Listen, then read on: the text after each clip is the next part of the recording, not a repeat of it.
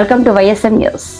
చిరంజీవి శ్రీదేవి జంటగా నటించిన జగదేక వీరుడు అతిలోక సుందరి మే 9, 1990న విడుదలై ఎంత పెద్ద విజయం సాధించిందో ప్రత్యేకంగా చెప్పనక్కర్లేదు. ఈ చిత్రం అప్పుడు ఇప్పుడు ప్రేక్షకులను అలరిస్తూనే ఉంటుంది. కల్ట్ క్లాసిక్ మూవీగా తెరకెక్కిన ఈ చిత్రంలో మెగాస్టార్ చిరంజీవి టూరిస్ట్ గైడ్ గా లెజెండరీ శ్రీదేవి ఇంద్రాజ పాత్రను పోషించారు. అంబరీష్ పురి, అల్లు రామలింగయ్య, కన్నడ ప్రభాకర్, బ్రహ్మానందం, తనికెళ్ల భరణి, రామిరెడ్డి, బేబీ శాలిని, బేబీ షామిలి వంటి వారు కీలక పాత్రల్లో నటించి మెప్పించారు. నిర్మాత సి అశ్విని దత్ తన ప్రతిష్టాత్మక వైజయంతి మూవీస్ బ్యానర్ మీద ఈ చిత్రాన్ని అత్యంత ప్రతిష్టాత్మకంగా నిర్మించారు. తెలుగు సినిమా చరిత్రలోనే జగదేక వీరుడు అతిలోక సుందరి ఓ తుఫాన్ అనే చెప్పాలి. రేపటితో ఈ చిత్రం విడుదలై 30 ఏళ్లవుతుంది. ప్రస్తుతం మూవీకి సంబంధించి జోరుగా ప్రమోషన్స్ జరుగుతున్నాయి. అయితే అందరిలో ఓ చిన్న డౌట్ మిగిలిపోయింది.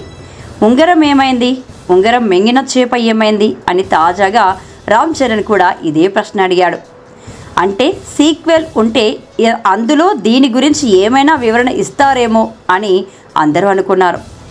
రిలీజ్ సందర్భంగా రాఘవేంద్రరావు, చిరంజీవి, అశ్విని దత్ కలిసి ఓ ఇంటర్వ్యూ చేసి దాన్ని రిలీజ్ చేయగా ఆ ఇంటర్వ్యూ ఇప్పుడు నెట్టింట బాగా వైరల్ అవుతుంది. అందులో రాఘవేంద్రరావు సీక్వెల్పై కొన్ని వ్యాఖ్యలు చేశారు. శ్రీదేవిని మరొకరితో రీప్లేస్ చేయడం అసాధ్యమని, ఇళయరాజా సాంగ్స్ను మళ్ళీ ఆ రేంజ్లో రీక్రియేట్ చేయలేమని కుండబద్దలు కొట్టి మరీ చెప్పారు. దాంతో Jagadeka Veerudu sequel plan మానుకోవడం better అని తెలుస్తుంది. చిత్రానికి మాస్ట్రో ఇళయరాజా అయితే ఎవర్ గ్రీన్ సంగీతాన్ని, పాటల్ని అందించారు.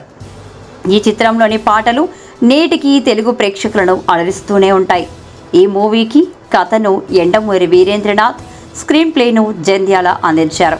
మే 9 నుంచి 2D, 3D ఫార్మాట్లలో ఈ చిత్రం ప్రేక్షకులని పలకరించనుంది.